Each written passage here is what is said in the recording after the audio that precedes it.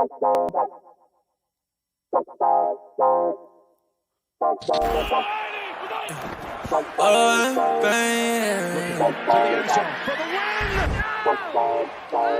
what the fuck?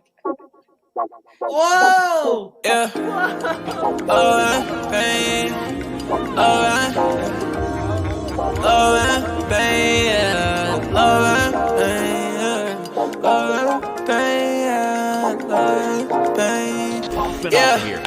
Yeah. Hey.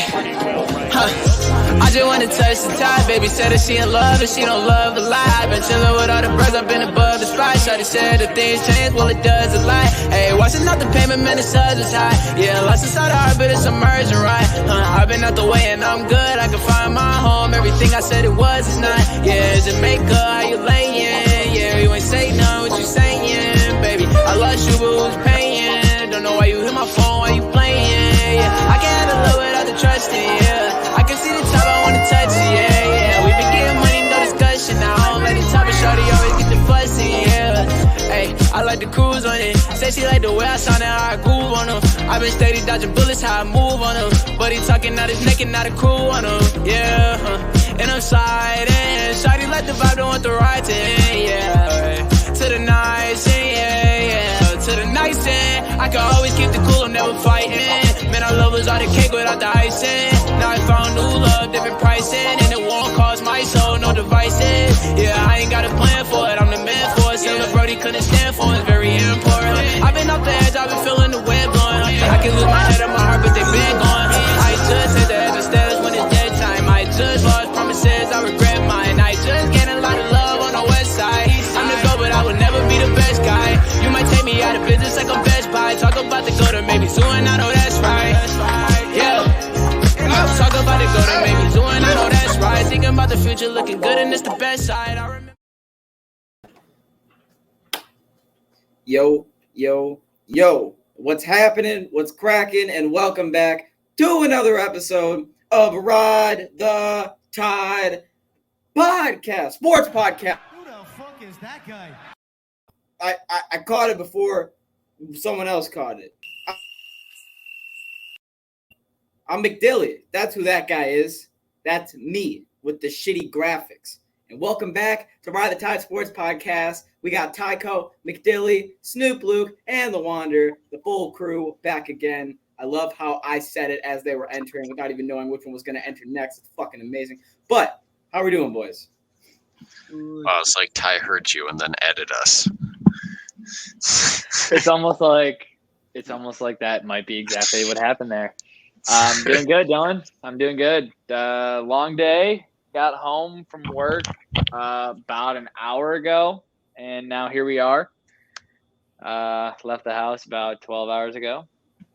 But, yeah, I'm doing good. Jesse, how are you doing? I'm solid. It's been an off day. I've just been chilling. Luke, you look shitty. How you doing? You know, I'm doing good. Got up from a nice long nap. Not really. I was just laying down, but I'm here. We're ready for it. All right, let's fucking get into it then, eh? I love this. I can actually hear everything now because I'm on a fucking computer. Before I'd have to tap to get sound, but I knew what you were playing. Oh, I'm going to be laughing so much more now. This is great. Oh, no, it's much, much more wonderful. All right, welcome everybody to Ride the Tide Sports Podcast, Season 3, Episode 5. My name is Tycho. Let's get into it. Starting with the NFL update, we got a good podcast for you guys today. Let's kick it off with Commanders quarterback Sam Howell's dual threat ability has been impressing some people to start the season off in training camp. And this is what, in the preseason games? What are we talking here? Yes, we are. We are talking preseason. We are talking about Sam Howell's first preseason debut. He broke a couple records. This man, Sam Howell, came in and was the first rookie quarterback. But do we give a shit about preseason records? Like, do we? I feel like they are important when you're doing stuff that no one else has done since Dak did it, and Dak's a pretty good quarterback. So I feel like Luke, Jesse, before we find out what it is, do we like are preseason records even important? It's kind of impressive because you only get such limited playing time, but at the same time, you're going up against like not top of the line NFL teams or defenses. So, I mean, So you're not on the no side. I'm impressed It's with a it, but record's a like record for I'm sure. not going crazy over it. Like it's like, oh well, good for him. It's one Jesse. of those. It's like it's interesting. That's cool. All right, Dylan. What the hell did he do? He was the first rookie quarterback to have 100-plus passing yards and 2+ rushing touchdowns in a preseason game since Dak did it in 2016, and was also the first rookie quarterback to have 150-plus total yards and 2 touchdown passes with a fewer than 20 passing attempts in a preseason game since Dak in 2016.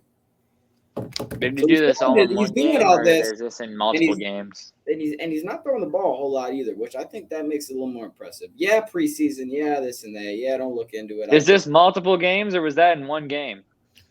That was all in one game. So he had 2 passing touchdowns, 2 rushing touchdowns, touchdowns, and 150 total yards. and all with less than 20 pass attempts. That's pretty impressive. Oh, I'll give it to him. That is pretty impressive. But it's a preseason record. Like, So you are doing it against some scrub guys. So it's like, yeah, okay, good for him. I'm impressed. Good for you. him. Yeah. Nothing Let's see if crazy. you can translate that to a playoff game or something. I don't know. But moving on, we have Chargers safety Derwyn James becoming the highest paid safety in NFL league history. Contract details. What are they? We know that Derwyn James Jr., as Tyler said, is now the new highest paid player. He got a 4-year deal that includes $42 million guaranteed. That's wild. By Ian Rapp. That is so wild. I mean, don't get me wrong, he's good, but that's so much money to give to a freaking safety. But then again, you got 3 years, and then you got to pay Herbert. And this is a what, 4-year deal? Yeah. So yeah, pay everybody now. That way, when time comes, you can pay Herbert. I'm expecting a ring. Well, I would too if you got someone like Herbert, who, in my opinion, resembles Matthew Stafford in a lot of ways, and could be the rock behind a good franchise if you put the pieces around him. Herbert, solid quarterback, definitely could win you a championship. I think so. Put the right pieces around him. He's got the pieces around him. It's been his defense. Yeah, he needs the help on the backside. But hey, anything's fucking possible. Oh yeah. I don't know. Get that bag, James. That's true. Anything's possible. All right, next up we got Zach Wilson. Had a successful knee surgery. What does that mean? It means that his knee surgery that he had means that he will now only be out, I believe, 2 to 4 weeks is expected. Okay. So he should be. Not bad. No, he should be back probably by, if they wanted to rush him and have him ready to go and everything, they could have him ready by week 2. But I would expect him to start by week 3. Hey, it's still the Flacco show the rest of the way to go until we get there. 100%. Flacco show. We might not get that spot back because Flacco. I can't say that I'm not excited to see 600 yards in those 2 games, baby. He's not getting that spot back. Flacco might be the starting quarterback for fantasy. Hey there, Dylan. You gonna pick him up? Man, I'd have to do it. I'd have to take First him. overall draft pick right there, Joe Flacco. First round. Oh my god! I would pay you. I would pay somebody $50, $100 just to do it. Just to waste your first round draft pick. That would be something. But congratulations, Zach Wilson. We do have other quarterbacks to talk about. NFL quarterback battles. Let's get into it. So let's get into them. I sent this to Tyler, and because I felt like this is something we got to talk about. We got 3 quarterback battles. Hold on, timeout. No point in rushing him back. They aren't going to be good, so make sure he is healthy. Definitely a good point. They do have weapons on the Jets offense. Not big name weapons, but definitely some weapons that should help that Jets team be at least more competitive this year than they were last year. But I agree, no point in rushing him back because they're not going to be, good. That's true. But now it's time to get into the NFL quarterback battles. And we got 3 quarterback battles heading into the regular season. Who's going to be the starter? Who's going to be the red shirt? It's time to talk about it. We're going to have 2 two-man battles and a third-man battle, and we'll get into that third. So starting off with the first 2-man battle, over in Seattle, Geno Smith and Drew Lock. Who's going to be the starter? Who's going to be the red shirt? Fuck it, we'll start with Jesse. Geno did perform nice with the team when Russell was out, but they did want Drew Lock in that trade. So, I don't know. I feel like they start the year out with Geno, but they might switch to Drew very quickly. Or the other way around.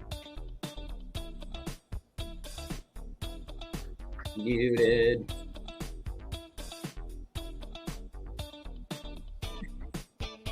Well, personally, I think they're going to be flip-flopping all season long, but I do want to see Geno just absolutely just take a stranglehold on that spot. Well, a comment from Ryan Bookout says that I saw something today saying Smith is the favorite now. Honestly, I could see Geno Smith or Drew Lock taking this job, but honestly, let's fucking forget about Seattle because this one doesn't matter. I have not seen an NFL team openly tank like this in a long time, but this is an open season tanking, and I feel a little bit sorry for K9, just a little bit. But this one doesn't matter. You could put a fucking dumpster back there. That's what they're going for. I'm going to say Drew Lock starts, and then Geno's going to come in at some point throughout the year. It's not going to matter. They're not winning more than 5 games. But the second matchup is a little more important. It's over in Carolina. Baker Mayfield, Sam Darnold, back to Jesse. Oh, there you go. Baker! Call me nuts. Call me crazy. But I read an article that I agree with. And I'm Baker's going to start. Get that out the way first. Baker's going to start. And I think Baker does have weapons, and this is his chance to prove that he can ball. So, he might be on some comeback player of the year type shit.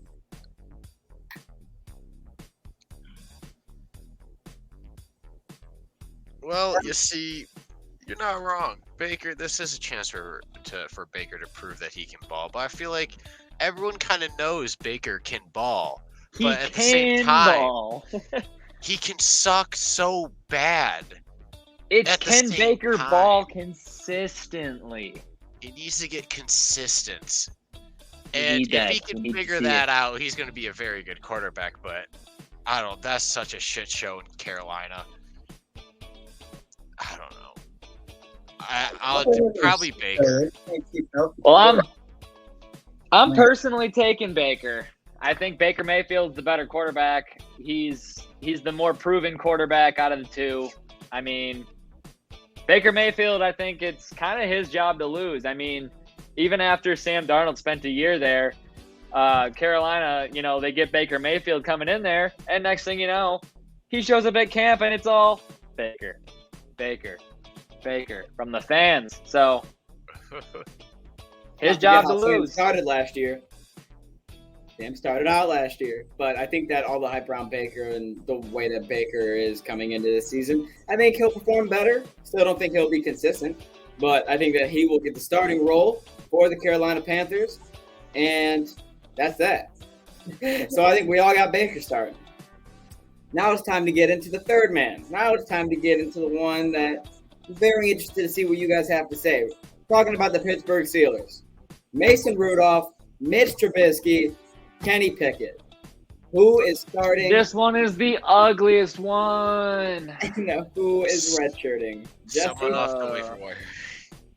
You know who's going to start game 1? Mitch the bitch Trubisky. You're damn right he is. You're not wrong. season. You're not wrong. Guess what? Mitch is going to surprise us all, and he's going to put some fucking points on that board. And they might just fuck around and upset the team they're playing, which I can't remember. But he's gonna ball for at least one game. I don't know what he's gonna do after that. Just one game. He's gonna ball for one game. so They're gonna hot. put Rudolph Just that in, one and good then- one. And then he's gonna hit in the face with a helmet or something, and that's wraps. Mm-hmm. One more time. Yeah, I probably got Trubisky starting out of those three. That is, wow. Might be Mason looking to Rudolph sign out of somebody left else. field. Gone forever, Aaron Hernandez. But damn, Pittsburgh. Ooh, yeah, that's a really rough situation over there. I'm going Mitch Trubisky starting, but I mean, come week 5, week 6, I think Pickett's the quarterback from there on out. I don't know. It depends. I got to see how things go. They got wide receivers, so whatever one of them can throw in the ball the best, I guess. I don't know. Dylan? I agree with you. I agree exactly what you say. I'm going to take Trubisky to start the first Like, 5, he'll 6 start it, games yeah. of the season, and then they'll throw Pickett in. Pickett will come in, shit the bed. They'll go to Rudolph. Rudolph will shit the bed. They'll be back with Trubisky. And then at the end of the season, we'll be like, damn, they're in a real pickle here. I think that's what they're leading towards. Looking real pickly. You got any more? No, I only got 3, unless any of you can think of another one that is happening in the Oh, league. you don't think David Blau and Tim Boyle are battling with I don't think it fucking matters. I really don't think it matters who's got a second shirt. I'm not going to lie.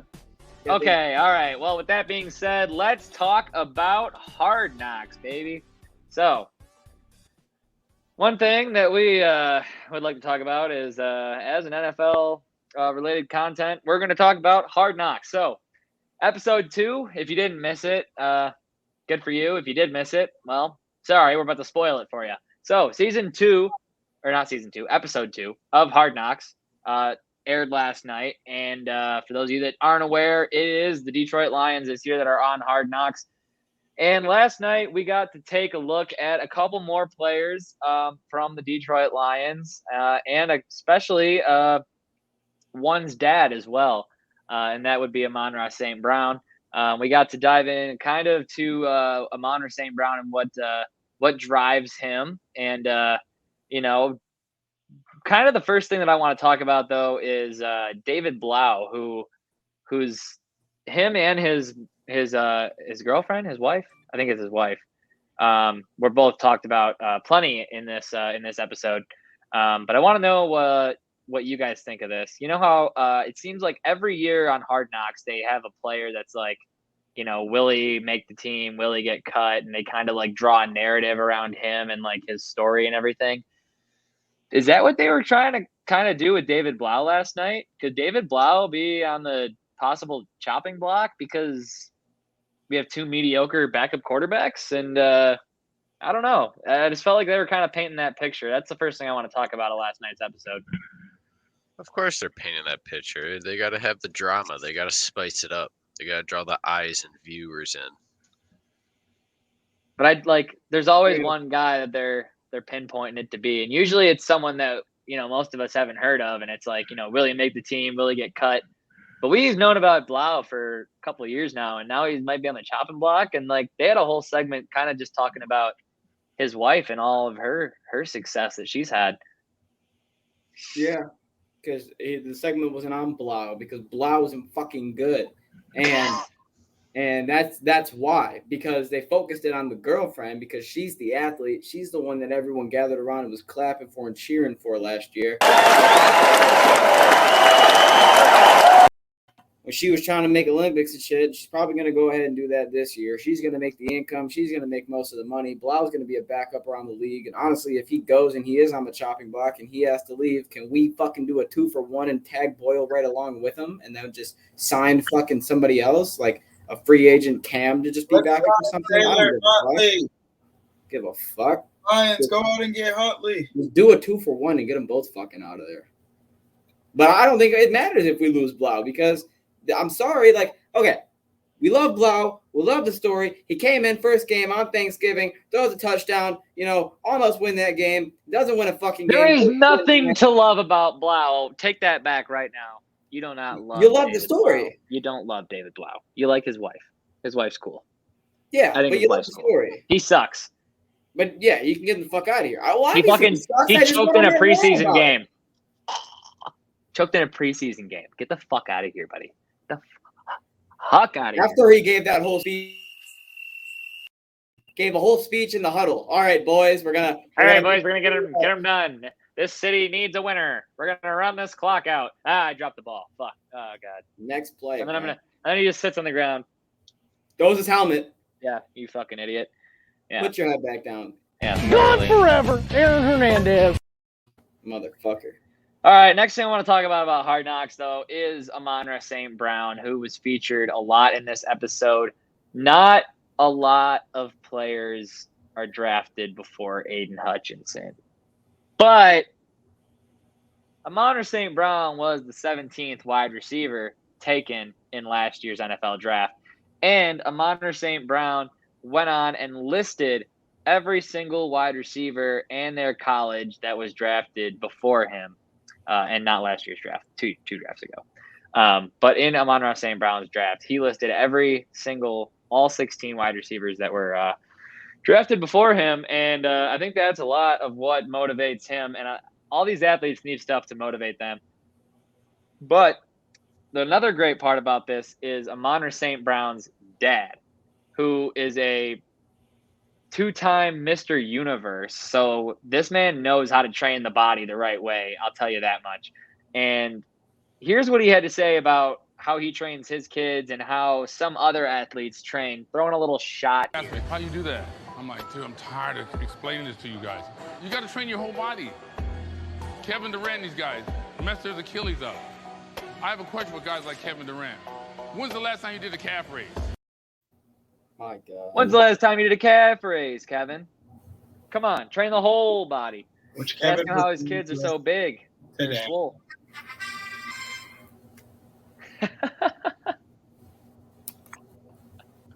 What was that? I need more of that in my life. With me. That's funny. I got a notification. Can I get some thoughts? I'm only speaking.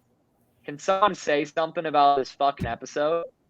It was a great episode. I loved watching it because it makes me feel like the Lions truly do see their own turnaround and they are hungry. They're sick of losing. They're putting their foot down. Just like you did that fly. Yeah. Double homicide.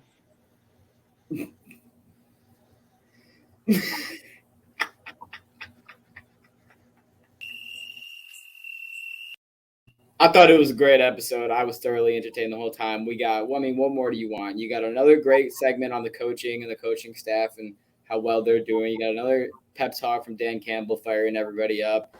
And I know this, we are freaking starving. We are starving. You got Malcolm Rodriguez coming in, being a big focal point. He's the only other person I'd want to talk about real quick because he's a 6th round pick.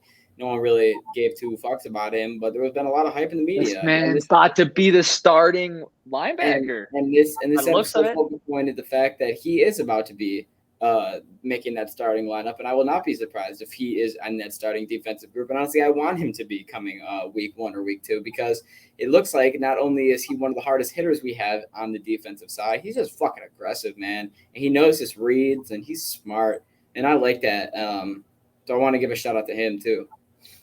Well, like what the coach was saying is he's coachable. He's a coachable player. If coach says, hey, you did this wrong, you got to do this instead, he fucking fixes it and he does it. And I thought it was fucking hilarious that when they said he's not a 1st round pick, 2nd round pick, 3rd round pick, 4th round pick, man, what fucking round did you go in? And they pan right to fucking Jared Davis, fucking 2nd round linebacker. Mm-hmm.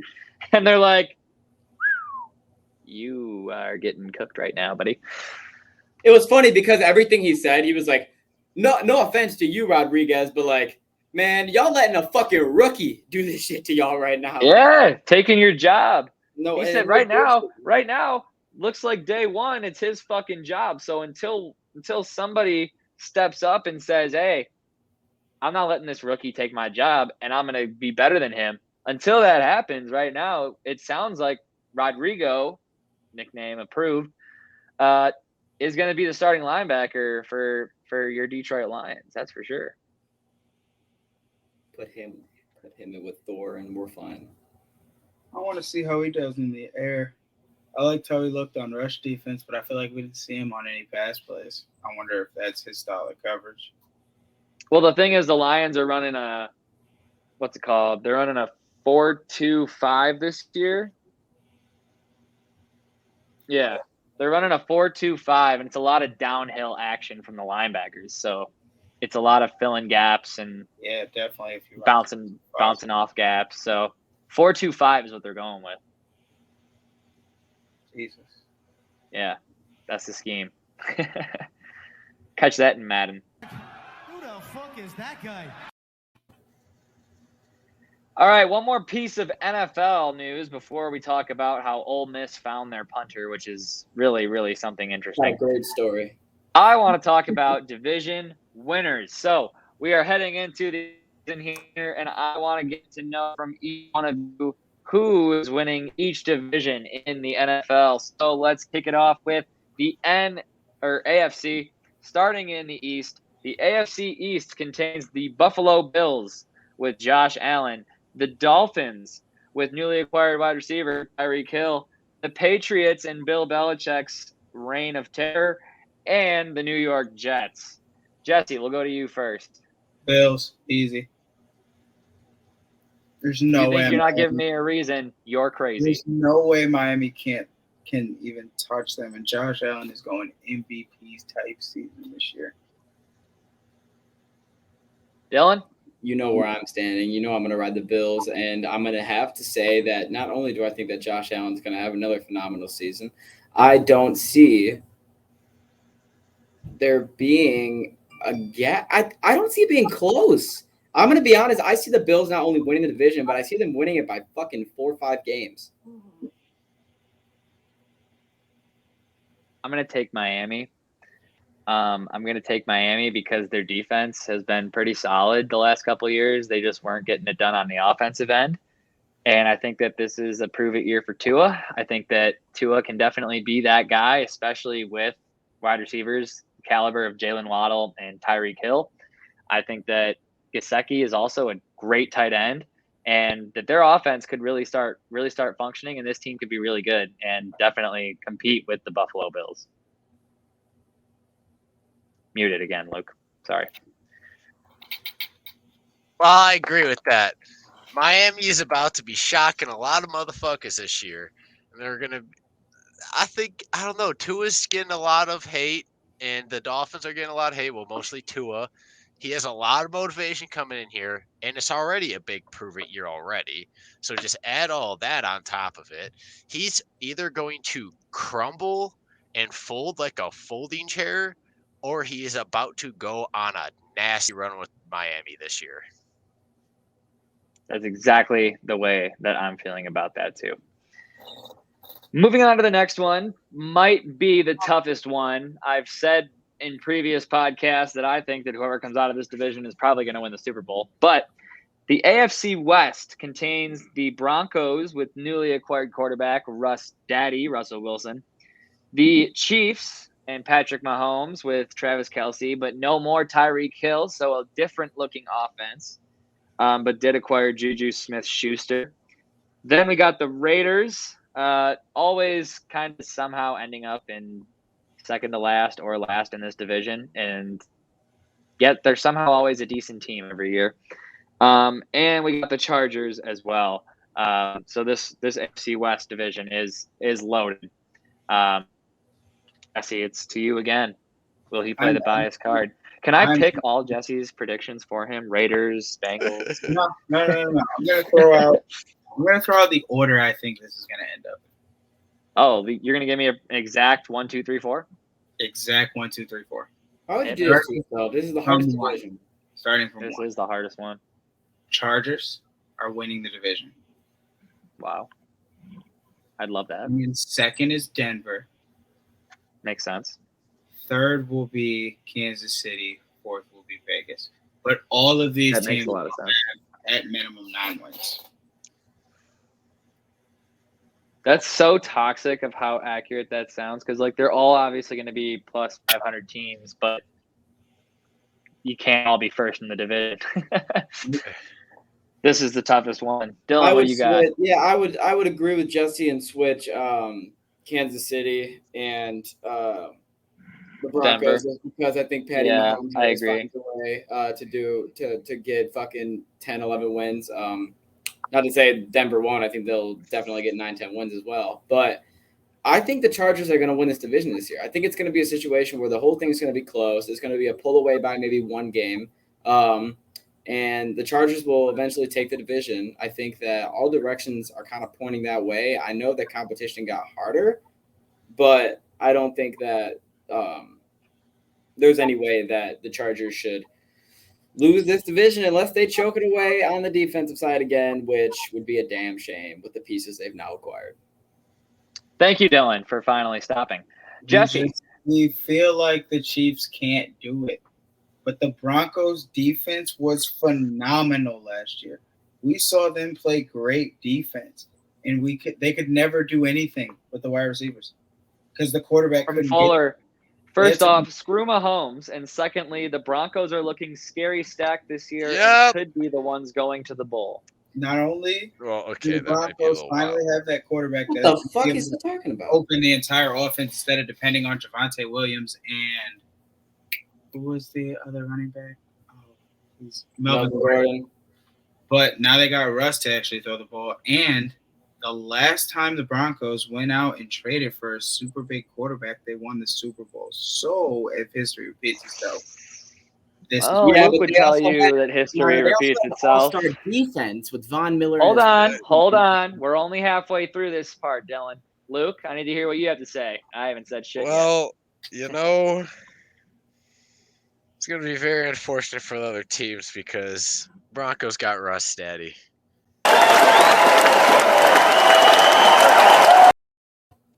Russ Daddy is taking over that whole division. He's going to eat them up, chew them out, spit them out like nothing. All right. Thanks, Luke. Thank you. You're welcome.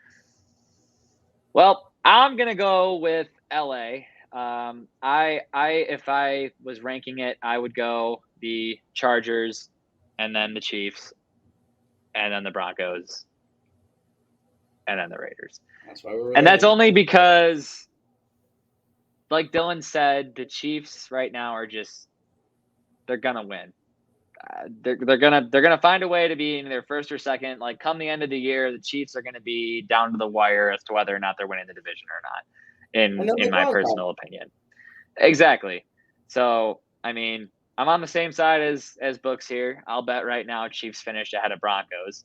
So if anyone's willing to step up and make that bet, it sounds like a little friendly wagers going on here.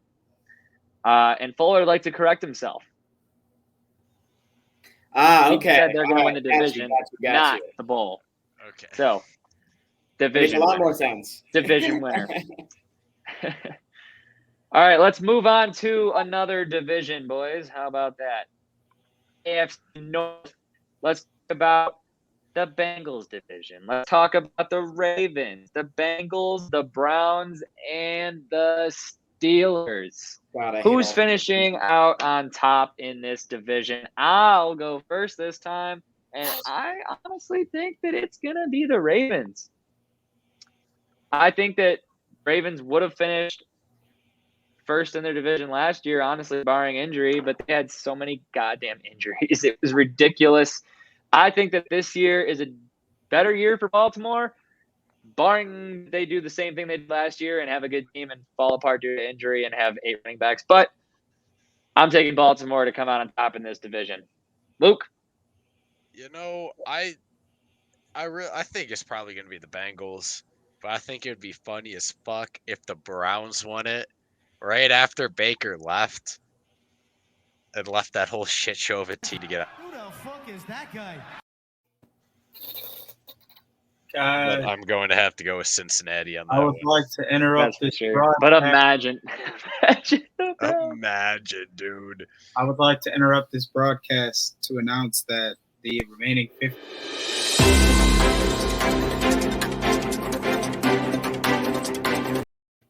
Breaking news. The remaining 50% of Barstool Sports has been bought out and will be owned outright by Penn National. Gone forever, Aaron Hernandez. Why do Well, I- that's tough. Tough cookies. I don't know who owned the other half before. Maybe just It Dave. was I don't know. Dave and I forget the girl's name. So Dave Sorry. doesn't own Barstool anymore? Does Dave sell Barstool? Is that what you said? I believe Dave is selling Barstool. Oh, For $325 million, he has sold the rest of the company. holy fuck. Good night, It is Jim not- Kite. it is a big deal. Oh, no one cares about him anymore. All right. Jesse, let's get your take on the division winner while we're on you here. It's Steelers, Titans, Ravens. Nope. Steelers. Wait, no, Titans. Yeah. Steelers, What are you talking about? Ravens, Bengals. Steelers, Browns, Bengals, Ravens. I got it. I got it. Dylan. You're louder now. You don't have to yell like that. You said Titans, and I got wound up. I forget. I Good just, stuff. you know how much I want to beat you guys. But I'm probably gonna take the Ravens winning by like a game or two with Cincinnati behind them. That's That's what my I'm feeling. I'm on the same vibe. Dylan, purple shirt. I don't want to do it. I don't like doing piece it, of but purple I'm poop. taking Cincinnati to win the division because I think talent-wise, if they can do what they did last year, this year, and the player improvement year by year happens like what should happen with Jamar Chase and with Tyler Boyd and with Joe Burrow, that offense is going to be a fucking problem again this year. So I'm gonna take the Bengals to win that Yeah, division. you didn't even say T. Higgins either. You So meant to say T. Higgins instead of Tyler Boyd because Boyd's been in the that league. sounds more right. I meant to say T, bro. You know what I meant. Actually, no, Okay. you don't. But I meant T. Higgins. Well, Jesse did. He's the only one that did. But all Yeah. right. Definitely solid choices there. And finally, let's wrap it up in the AFC South, where we have the Houston Texans, the Indianapolis Colts, the Jacksonville Jaguars, and the Tennessee Titans. I don't think this is going to be close. I just want to say that. I think the Titans are only going to win the division by one game. I think they're going to win it by one game. I think Indianapolis is going to be on their ass. I think that they're going to split when they play. I think that each team is going to win one time throughout the year. I think they're going to be looking probably deadlocked most of the entire year. The only thing that would change with that is either Derrick Henry or Jonathan Taylor gets hurt. But I'm taking Titans to win by a game. Squeeze that bitch out barely. Because the Texans and the Jaguars are ass. I'm going to take the opposite. I'm going to take Indianapolis to take it by a game or two because I just think that they're more stable on the defensive side. And I think that they have the other best running back in the league right now when it comes to Jonathan Taylor, Derrick Henry. It's a side by side, like week by week, who's getting more yards, who's getting more touchdowns type thing. And so honestly, I'm going Indianapolis to win this division this year, especially with Matt Ryan at quarterback, who's been looking for a solid all around team for the last 6-7 years now. So I'm taking Indianapolis. I'm going to take the Titans. Thank you. I don't see the Colts. I could see the Colts squeezing into the playoffs, but not winning the whole division. Why not? I don't think they have the quarterback. What? And Matt Ryan made it to the Super Bowl. JT will carry them. Nah, Freeman But made there's it. some moments where you're going to need No, your QB. Matt Ryan made it to the Super Bowl. Come on. Julio Jared Freeman Goff, made it to the Jared Super Goff Bowl. went to the Super Bowl. We watched Don't what even Ryan did care. last year, though. Yeah, but Matt Ryan didn't have shit but Cordell Patterson last year. Yeah, now all he's got That's is not fair. He didn't What does have he have any. this year besides Cordell and Pitts? Well, if he would have fucking stayed, he would have been stuck with fucking what's his shit being suspended for the whole year. My bad. Yeah. Well, now He's on the Colts now, Dylan. He went to the Colts. I'm saying now he's got Pittman and Taylor. I mean, here's the thing with Matt Ryan that I will say. All he needs is one elite wide receiver, check, one elite running back, check, and that's what sent him to the Super Bowl last time. So it could happen. I'm not going to count them out. You set me up for success. I think whoever wins the division, whoever will be right behind him, will go wild card. But Luke, what do you think? Yeah. Luke, you're muted, but let's hear what you think. I figured I'd tell you before you started talking this time. Yeah, you're gonna have to give me the Jags. I'm kidding, the Colts. Give me the Colts. Why the Colts? And a Because comment KT, from baby. Fuller, I don't do this that often, but you know what? Screw it. I'll ride the Titans with you, Dylan. I think they got a good chance this year. Oh, baby. Let's go, boys. Because fuck Derrick Henry, JT all the way. That motherfucker, Derrick Henry, decided to get hurt the first week I ever get him in fantasy and be out for the fucking season. With Derrick Henry. Gone forever, Aaron Hernandez. All season long. Like 3 points. Awesome. Fuck you, Henry. Hey, man. Super disappointing. That's the king. Super duper Can't wait for disappointing. this draft. Oh, God. All right, let's move over to the NFC now. Starting with the NFC East, we have the Cowboys, the Giants, the Eagles, and the Commanders.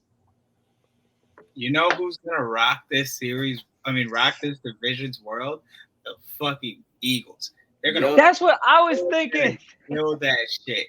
I don't know why they seem so elite, but the fact that they added AJ Brown on offense, first of all, phenomenal. The defense looks like it could be nice. They got a new D lineman and Well, they picked up Nakobe Dean, but that's questionable. He's got some questionable injury shit that might be coming up during the season. But then they also got the what's it called? They got that 350 pound fucking lineman from Georgia as well. The inside lineman. I'm blanking on his fucking name. But he's huge and he's good. So, division winner. Yeah, I'm taking them as the division winners, and I'm thinking that that's so disrespectful to the Cowboys. But, like, I don't know how I feel about the Cowboys. They're not going to make the playoffs this year. Let's hear it.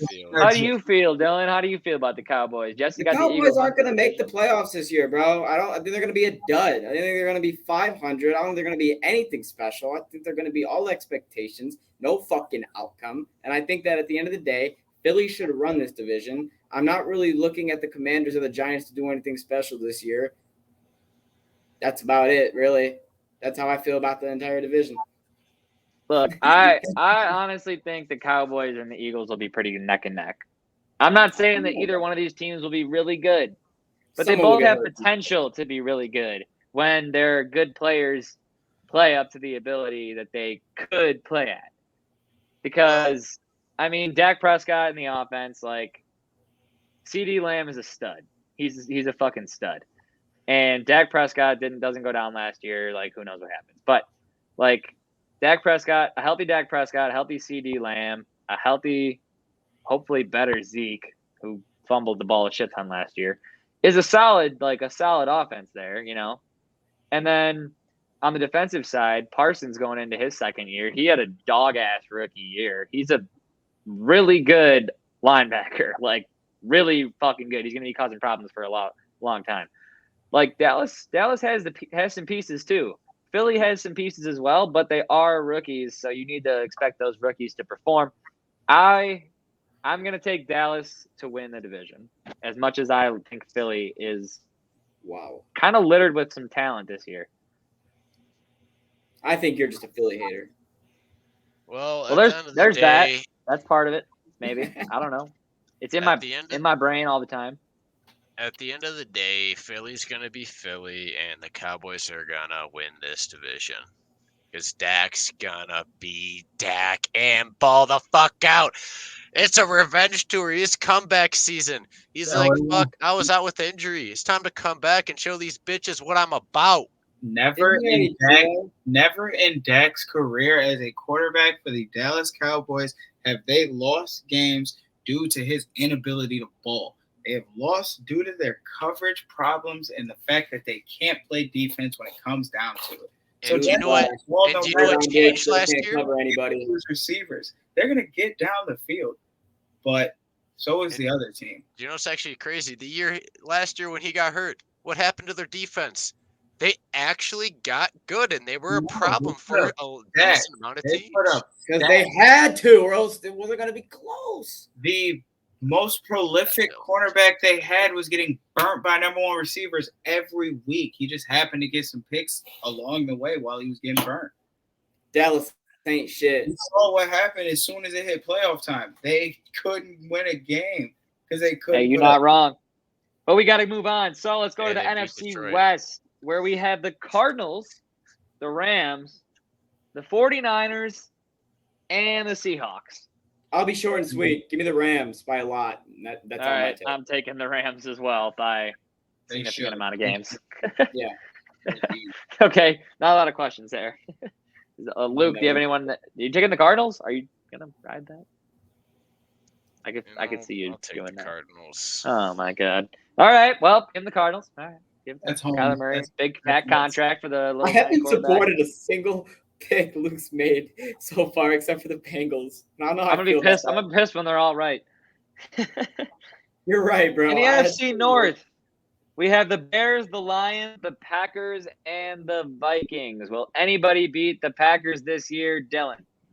Minnesota's winning the division. They had 14 games last year that they only lost by one possession. 14 games by one possession. And they had 11 games that were lost in the last 2 minutes of the halves. Because they suck. That was not a lie. Give me the Lions.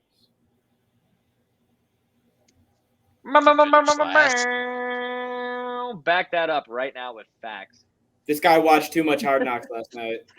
He got too excited. Drinking, absolutely drowning in the Kool-Aid right now. Jesse, can you even breathe? Listen, if I nicked myself right here, you'd be like, Jesse, bro, are you okay? Why are you bleeding blue? And I'd be like, let's go Lions. Oh, it's in your veins. Yeah, it's I'm infected, so that's the only answer I can give. Hey, you know what? That's fair. It's biased. I want to take the Green Bay Packers. All right. Taking the Vikings. Hell yeah. Don't forget Anthony Barr left the Vikings. I don't give a shit that Anthony Barr left the Vikings. That is a big fucking deal, Dylan. Did Harrison Smith leave the Vikings? No. No, that's his right-hand man. I feel okay, huh? Did who's that D lineman, that big ass fucking But hey. Rodgers doesn't have that anymore. When the Lions lost their one key piece on defense, what happened next?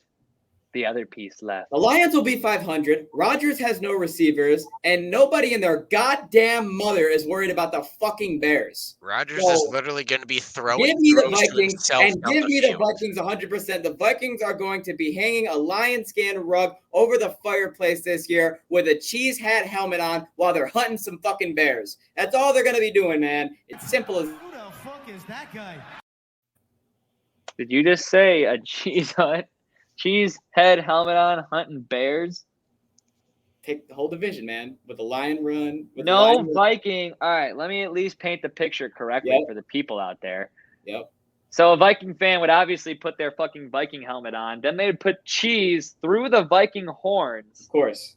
To kill the cheese because they're killing Green Bay. Then they're going to go bear hunting while thinking about their lion rug at home. On their lion skin rug. No, with a lion fur coat. Exactly. With the other one hanging over the fireplace. Oh, hold on. I got some stuff going on, and I want to bring this up. Bookie says, let's bet. Fuller says, bet, Bookie. Bookie says, let's get $20, Fuller. Packers all. All right, Bookie. $20 bet. Kirk Cousins is not that guy. That right there is why the Vikings will not win the fucking division. That is Kirk also Cousins a good point. Kirk Cousins is the most mediocre NFL quarterback. They need no Dalvin Cook injury. I'll have to take the Vikings.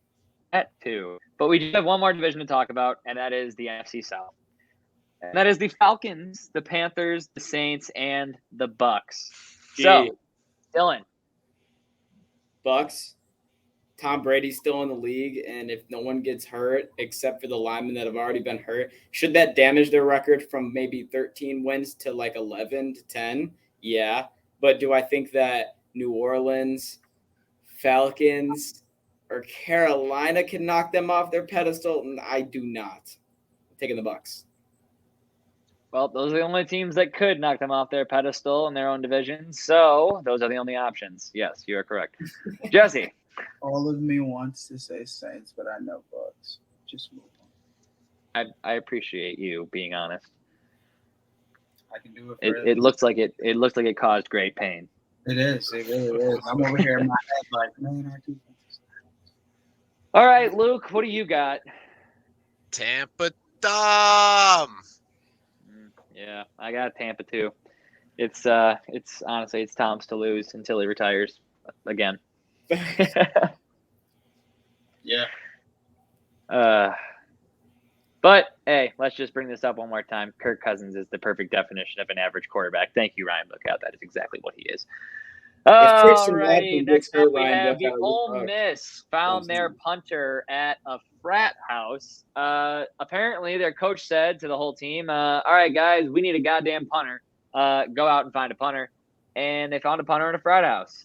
He needs to work on his conditioning, but he's the new punter for Ole Miss, and he apparently used to punt D1. So, hey, for all you fucking college frat kids out there, anything can happen. Just go kick a football every once in a while and make sure the college coach is walking around looking for a goddamn punter.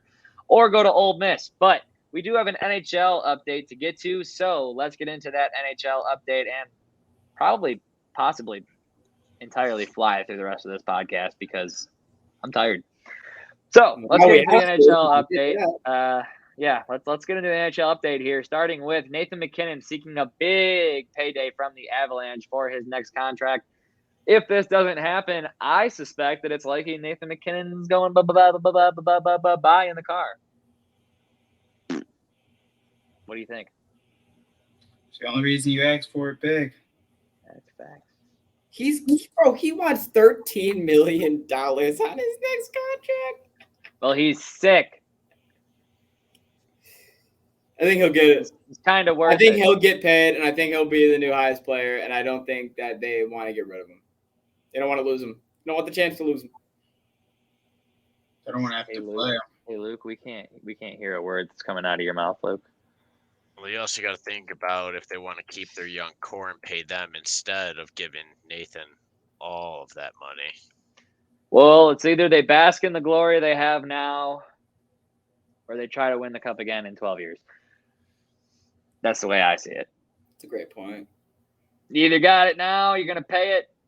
You're going to pay the piper. You're going to give him what he's rightfully deserved or what he's earned to this point.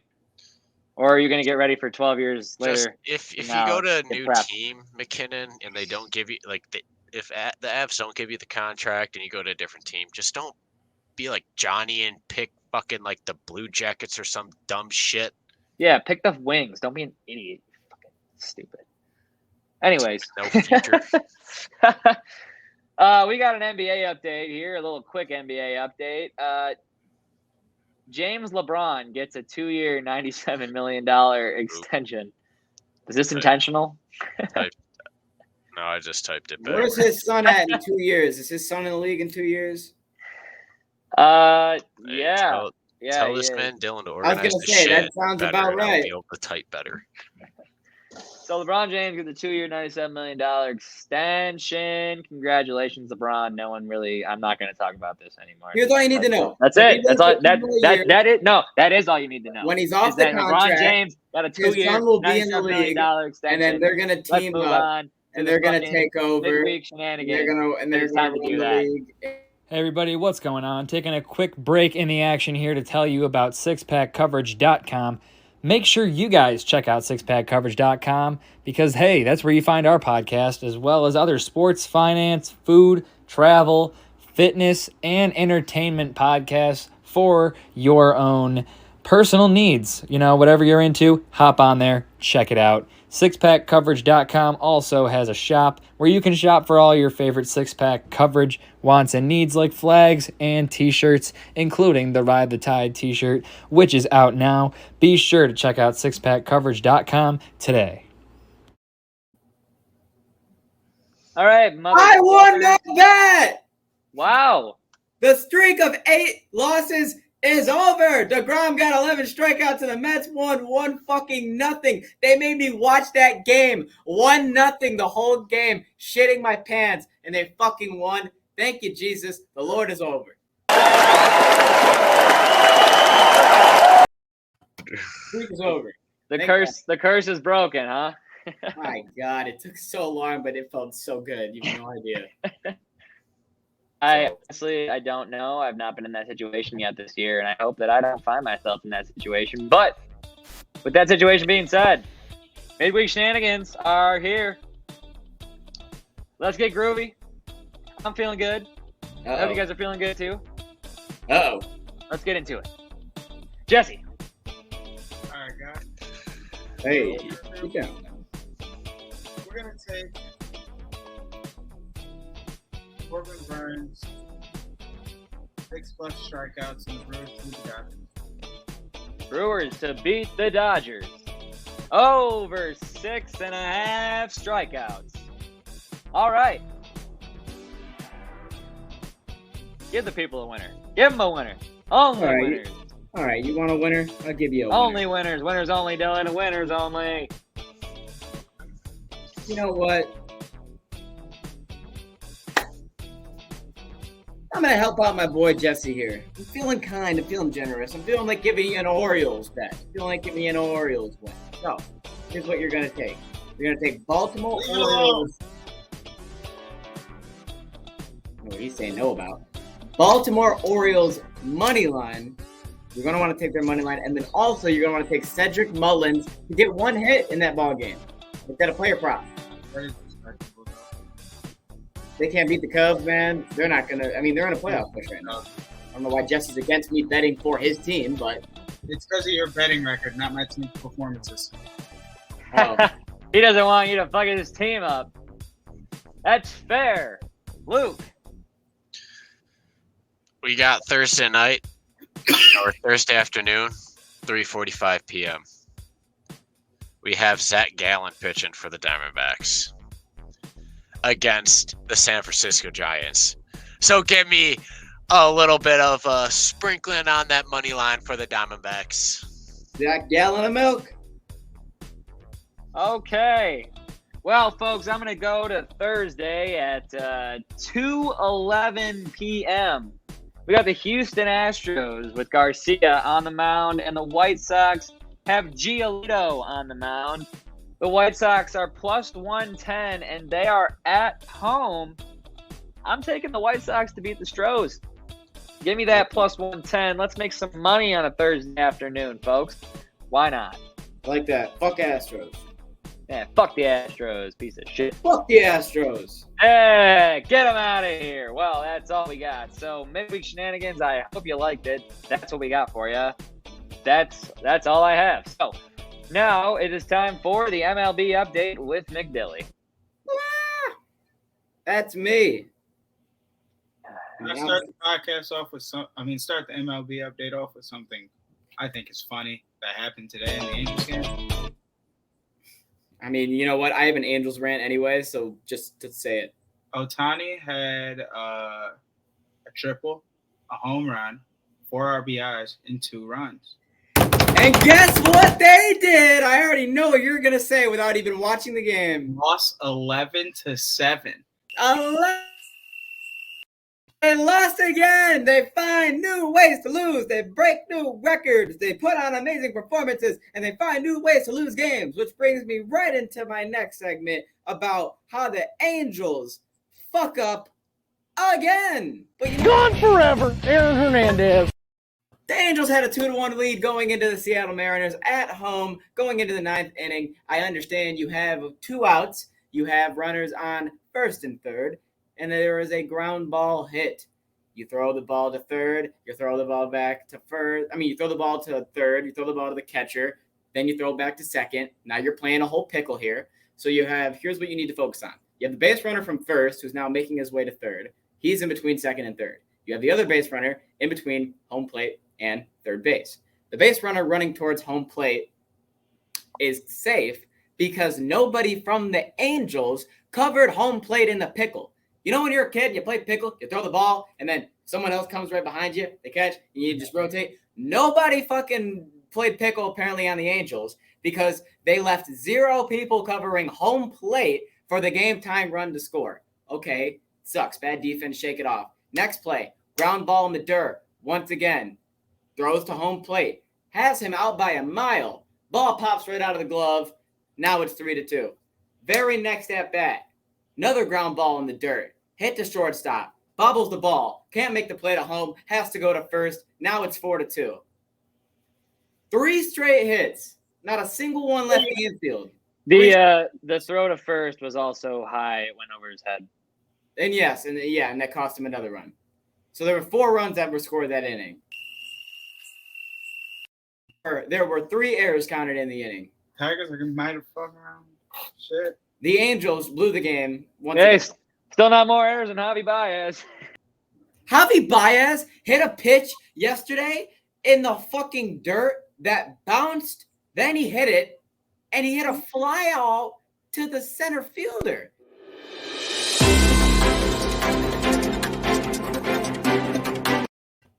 This should be good. Oh, this just in. Javi Baez swings at pitches in the fucking dirt. Yeah, he does. And he hit Tell me it far. something I don't know. Are you surprised? He's been practicing that for fucking his whole career. He's going to hit a homer that bounces. I'm not going to be surprised. It's going to bounce, and it's fucking cricket. He plays cricket is what he does. And that's about it. It's that low if it hits the ground. But I got something else that I want to talk to you about. Jesse, do you like Dairy Queen? Yeah. You like Dairy Queen? You know, the MLB likes Dairy Queen too, but it sounds like Dairy Queen doesn't like the MLB because he is playing cricket, bookie. Because there is right now the curse of Dairy Queen. Now, if you don't know about the curse of Dairy Queen, in the beginning of the season, they selected 4 players that would market their sandwiches and their commercials, and those 4 players are all Fernando Tatis Jr., who was just suspended for PED use, Cody Bellinger, who's hitting .210 and has been playing like shit for the past 2 years with a .668 OPS, Tim Anderson, who just broke his finger and is now out for the next 6 weeks, and Bryce Harper, who broke his thumb and has been out since June 26th. So, yeah, all 4 men that were in the Dairy Queen commercials kind of got bit in the ass by Dairy Queen. They all got injured on purpose because Dairy Queen offered them free Dairy Queen and they didn't want to play anymore. They just wanted to sit on the couch and eat free Dairy.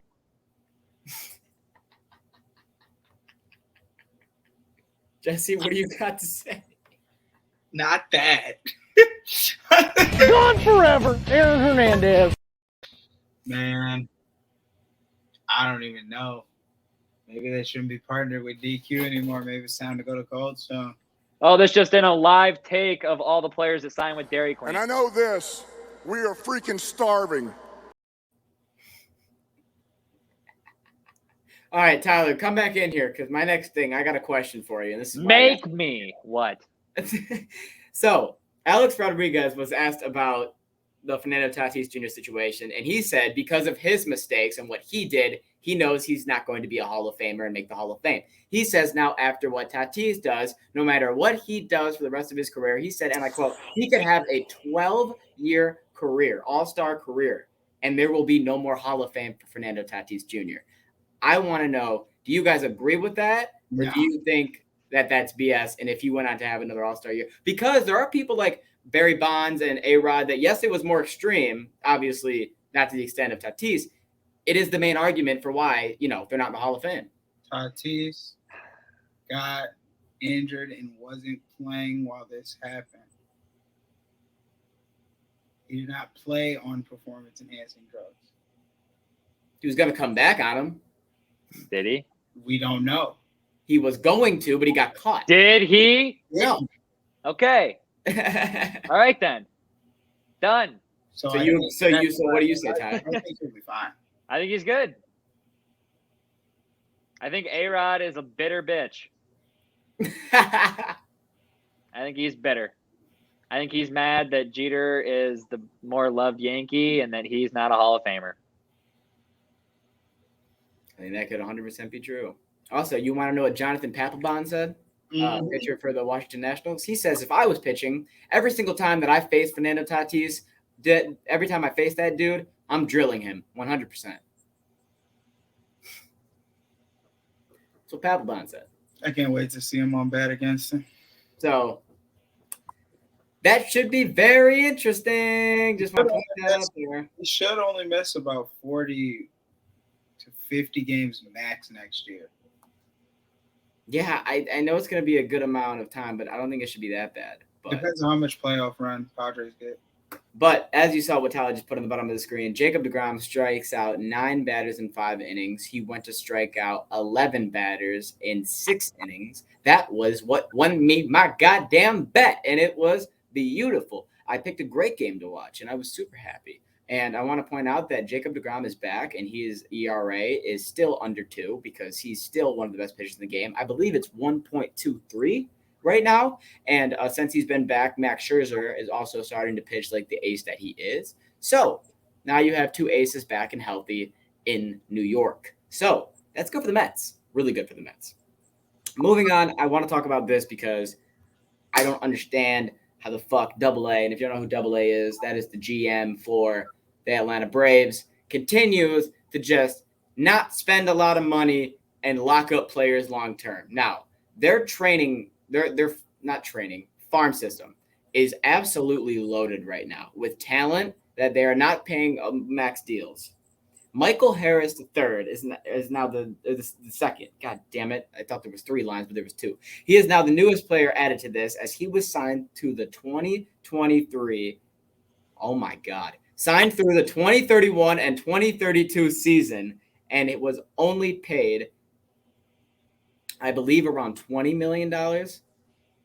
It was a lot less than what it was supposed to be. Basically, everyone on Twitter saying it's a steal. And once again, the Braves are loading up their farm system, and it's unbelievable. And I think that the reason why I want to talk about this is because the Braves are setting themselves up to where in the next 5 years, they should still be a contender looking in the future.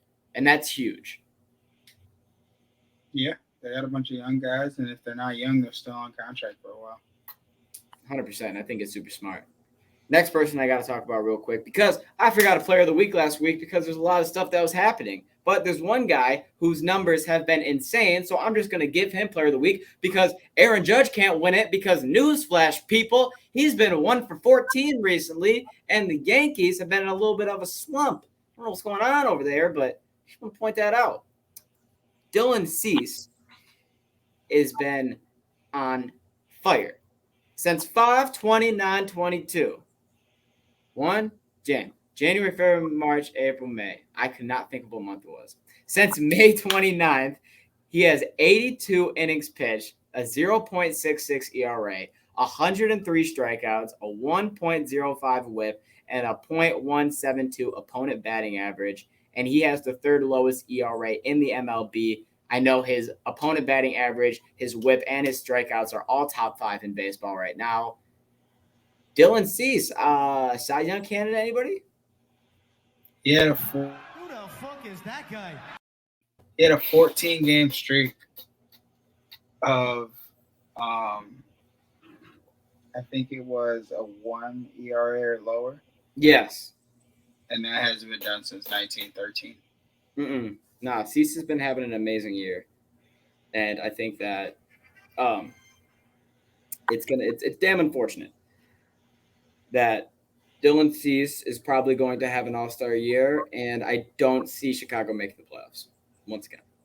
But that's another story for another day, or maybe it's not because I think I have something about that in a minute. The next thing is the New York Yankees have lost 11 of their last 13 games played. little bit of a slump. Now, I know that the Yankees have been in first place by a long shot this year, so I basically just have one question to you, Jesse. One, should anyone be worried at all for the littlest bit? And then essentially, if they should, why? But the other side of that would be, or do you think that they've just been so good and luck and shit's just starting to catch up with them? Luck is definitely starting to catch up with them. They're starting to drop down, and I'm not going to lie. Houston is fully capable of taking that 1 seed from them. Houston is very capable of taking that 1 seed. They better not keep dropping. You got Baltimore and Toronto on a grind right now. Yeah. And Tampa. Yeah, and Seattle. They better not keep dropping is all I'll say. I think that Judge is just having a little bit of a slump, but notice what happens when Judge slumps. The Yankees slump. Team slumps. Because Judge is primarily the main man. Let me tell you this. He's got 46 homers. The Yankees do not want to have to play a team like the Blue Jays for the wild card game. No, they don't. They honestly want to play somebody like fucking Seattle. I don't even think they want to play Seattle. They probably want. Who do they want to play? They don't want to play. They don't want to play Baltimore because they've been shitty against them in the regular season. They don't want to play Tampa because they've been shitty against them in the regular season, especially in Tampa. Then who's left? Nobody. It sounds like the Yankees. At that point, it sounds like the Yankees don't want to play anybody. Yeah, Yankees got it tough. They're going to have to play somebody. But somebody who's not going to be playing no matter what is Walker Buehler. All-star pitcher for the Los Angeles Dodgers is done for the season. And when there's bad news, sometimes there's good news. Because the injury turns out to be Tommy John. Congratulations, Walker Buehler. You are going to be find out. This is the guy we find out if this is robot surgery. It is. He does not throw fast. So if he comes back with some bullets. He's already a stud. He's already an ace. Exactly. I think he's going to be like Glasnow. I think he's going to be a pitcher that they were already an ace. They're going to come back fucking better, and the league is fucked. Come on now. It's the best surgery in the game. Nah, I hope you don't like home runs. But the last thing I got 2 more things. Hey, if Tommy John's legal, should we make steroids legal? Well, they don't know. I don't think that the people who do. The only people. There's no robot surgery for hitting, so why can't we just take some? The owners don't know what Tommy John does right now. They don't realize how lethal it is. Right. Nah, you need some shoulder, some hip, or something. It's a fucking lethal surgery right now. I don't know, but yeah. What do you think about that? If Tommy John, should we make steroids legal in baseball? If you can have a broken arm, you should be able to have some broken muscles. Seems fair to me. Should you make steroids legal in baseball to make it more entertaining? Yes or no? Oh, yeah. Why do you think people love Barry Bonds so much? He hit balls like 600 feet. Yeah, but there's a lot of guys you give steroids to, but they can't even hit the ball in the first place. That's true. They do hate their life after sports. Bookie says, yes, they hate life after sports anyways. You guys realize that no one can read this but you if you're listening to the podcast. Come on. Hey, man, I literally was just going to read it, but you interrupted me. Yes, they hate life after sports anyways. I agree. They do. And I'm siding with you. But now it's time to get into the fact that there has not been a perfect game thrown in 10 years. The last perfect game that was thrown was King Felix back in Seattle. And this was almost the case in Tampa. Rasmussen went 8 perfect innings, and then fucking Baltimore had to fuck it up in the 9th inning. The leadoff hitter got 1 hit. They only got 1 hit the rest of the game. They couldn't even get a fucking run. They had to be Cox and just get 1 hit because nobody likes them. And they're why would you guys do that, Jesse? Why would you guys ruin the perfect game just to get 1 hit, 1 single, and then that's it? Who the fuck is Drew Rasmussen? He's not the man who was about to make his name for himself on the Orioles. Nope. He got 8 innings. Good enough. Oh, he got all 9 actually. He just got 1 hit. Because he went into the 9th inning with only 79 pitches. And I was like, what the fuck? I was like, wait, bro, he hasn't thrown 80 pitches yet? He's going to the 9th? And he was working them, but I will say, you guys are assholes for that. I wanted to see a perfect game. So, thanks a lot. Him if he gets. I want to teabag him, lad. I want to teabag him like it's Modern Warfare 2. All right, final thing to talk about. And it is the Chicago White Sox, Tony La Russa, old man, dumbass, sleeperhead. Sorry, there's a lot of things I haven't said about Tony La Russa so far this year that I just need to get out now. Fuck Tony La Russa. He should have been fired already. And the fact that the Texas Rangers manager just got fired, and he hasn't so far. There's been 4 manager firings. Like the Blue Jays manager got fired, and La Russa hasn't been fired, is unfucking believable. But Tony La Russa at a home game the other day looked like he was absolutely standing up, falling asleep, just fucking zoned the hell out in the middle of a baseball game while we have the bases loaded. There's a fan who is sitting front row, maybe like 6-7 seats over towards the dugout, and he yells over to La Russa, "You should put an angle. Hey, La Russa, put in fucking Adam Angle to like pinch run." La Russa looks at the fan. La Russa doesn't say nothing. La Russa walks out with a time card, calls timeout in the middle of the at-bat while there's a count going on. I think it was 1-1 count. Takes the runner off third, pinch run, puts in Adam Angle. He took the runner off second. The guy had just hit a double, and the guy that just fucking hit the double was slow as shit. Correct. He just hit the double to tie up the game, and then motherfucker.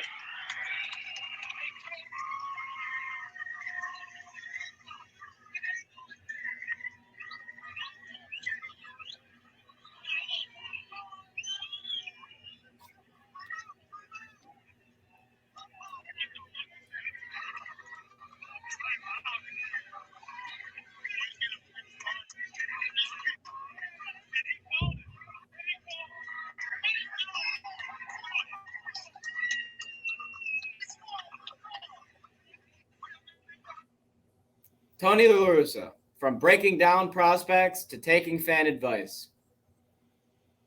He's obviously doing great. What a fucking clown. What a clown. Can't stand it. I'm talking in guap, now I'm speaking it fluent. When I hit the road, I won't leave till I do it. Acting out of hand, I'm like, be what you doing. We started off good, can't believe that we ruined it, yeah. I tried to fix with a sewing kid, yeah. I tried to fix it, you know I did, yeah. I tried to fix it, you know I did, yeah. All right. It is some UFC with Snoop, Luke. And to start it off, we're just going to go over the quick recap because we only covered one fight from this past weekend, and it was Marlon Vera. I was right. Against Dominic Cruz. And I was right, too. Marlon Vera won. I spoke for you because I figured you had him by knockout. I said I'm speaking for Luke when I say Vera by knockout, so I'm happy I was right. Yep, it was Vera by knockout. And now we're going to have to get into some new fights announced because there's been 4. Because we got Aaron Blanchfield going up against Molly McCann. Meatball Molly at the Garden. Molly. Meatball And then Molly. we got Derek Brunson going up against Jack Hermanson. That should be a really good fight. Dominic Reyes going up against Ryan Spann. And Robbie Lawler going up against Santiago Penzimio, which Robbie's still fighting, bro. Wow. Bro. Okay, Rob.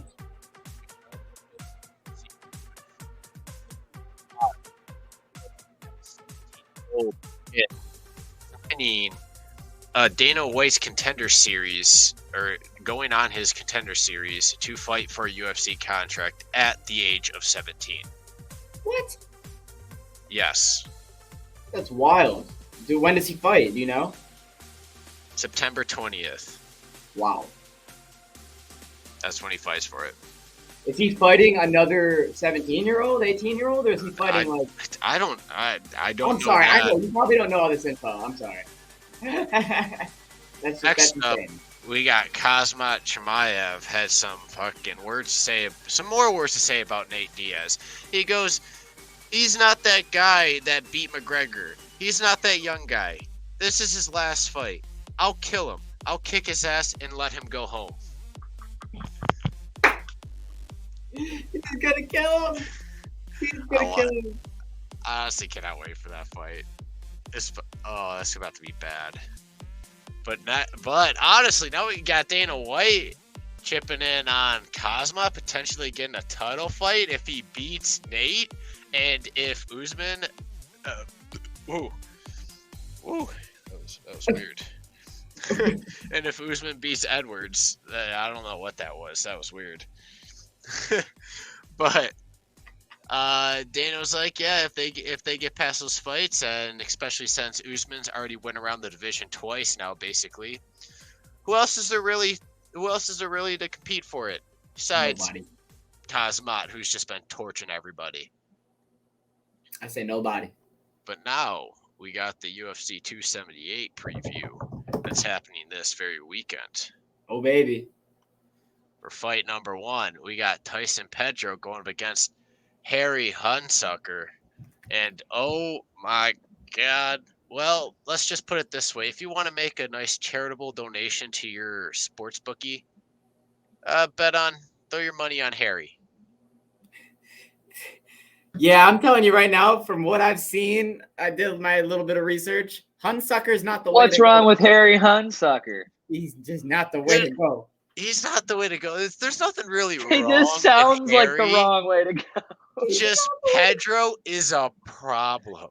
What kind of fucking name is Harry Hunsucker? I'm sorry, but change it. Well, when your name's Hunsucker, you're Why you're bound 7-5?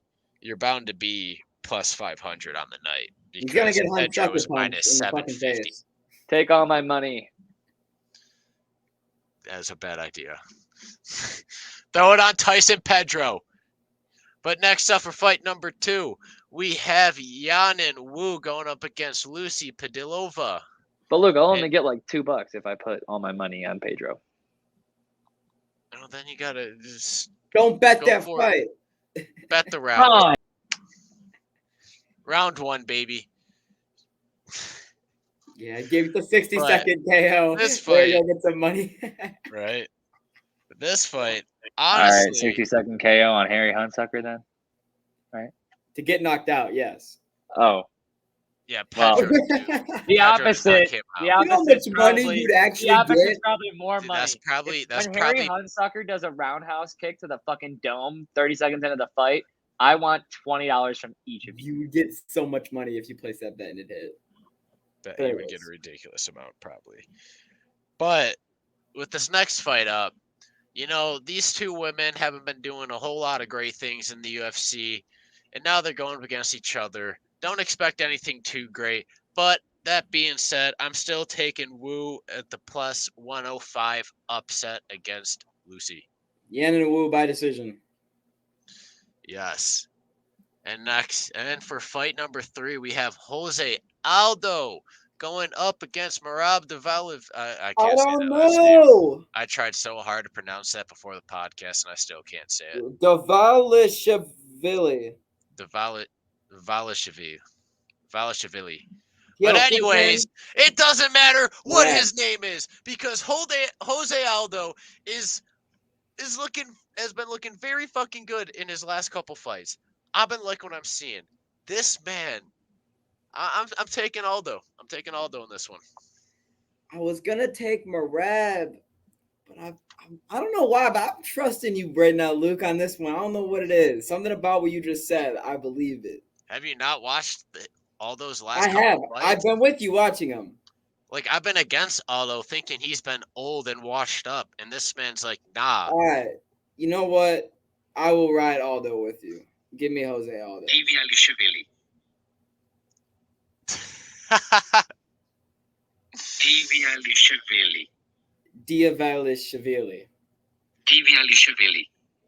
Diviashvili. There we go. Diviashvili. Got it. Yeah. Say it right. Now for the co-main. Paulo Costa is going up against Luke Rockhold. And oh my God, I've made fun of Luke Rockhold a lot because he got fucked up by Bisbee. I've made fun of Paulo Costa a lot because he's just an absolute clown. I'm taking the clown, though. You're taking the clown? I'm taking the clown. Well, I'm taking the believe, conceive, and achieve master, Luke fucking Rockhold, baby, with the massive plus 260 upset. This is a clown Give fight. it to me. I want it. Oh man, my lay for this night is about to be filled with more upsets than fucking favorites, baby. I'm taking Paulo. Do I feel comfortable in it? No. Do I feel comfortable in either of these men winning? No. I'm just here to be entertained. That's just a funny fight that everyone wants. I'm just here to be entertained by that fight.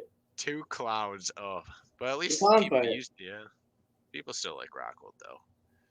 But for the main event, something this man Leon Edwards has been waiting on for a very, very long time. Versus Leon Edwards, let's fucking go. I didn't understand a fucking word of that. Me neither. Cameron Usman versus Leon Edwards, let's fucking Leon go. Edwards. Well, Leon finally gets his shot at the title. Oh, this And it's been a very long wait for this man. And Usman's is willing to welcome in. Like, hey, here, come take your chance. Ain't probably gonna mean much because Usman's gonna be walking out of this with his belt still strapped around his waist. Give me Usman by decision. Yeah, I think this is gonna be a lot closer than I really want it to be. Because Edwards is good. This will be a lot closer fight than the last fight. He gets a lot of hate now because he dragged out the fight with Nate and then almost got rocked in the final minute. Or he did get rocked, but almost got his lights put out in the final minute of the fight. But that doesn't take away everything he's done before. He's still a really good fighter. He could be an issue. And at the end and honestly, standing up, he's an issue for Usman. So Also, I don't think Usman is probably going to go back to his grappling and wrestling and all that other stuff. And it might be more of a boring fight from Usman. I was just about to say, it's going to be a boring fight. But will Leon be the first one to take down Usman? If Leon can get Usman to stand and bang with him, Leon can do it. Oh, baby. That's a hot take. I like that right there. Leon can be the first one to do it. Even though I think it's going to be Chimaev, but if Edwards gets him to stand and bang, he could be the first one to do it. Because Usman's been standing and banging, but he's been doing good, but just because you just started standing and banging and you're good at it doesn't mean you're the very best. Facts. Who are way better at it. I agree 100%. And that's all I have for the UFC tonight on this podcast. Quick little hour-and-a-half podcast for you. And that's all we got for you. And you hear the music, you know what that means. It means we're taking you out of here. So, if you want to see more of the boys, if you want to see more of Rod the Tide, you go to sixpackcoverage.com. You're going to find us there. You're going to find also our merchandise there. So you can get some six-pack coverage t-shirts and some 6 Rod the Tide t-shirts.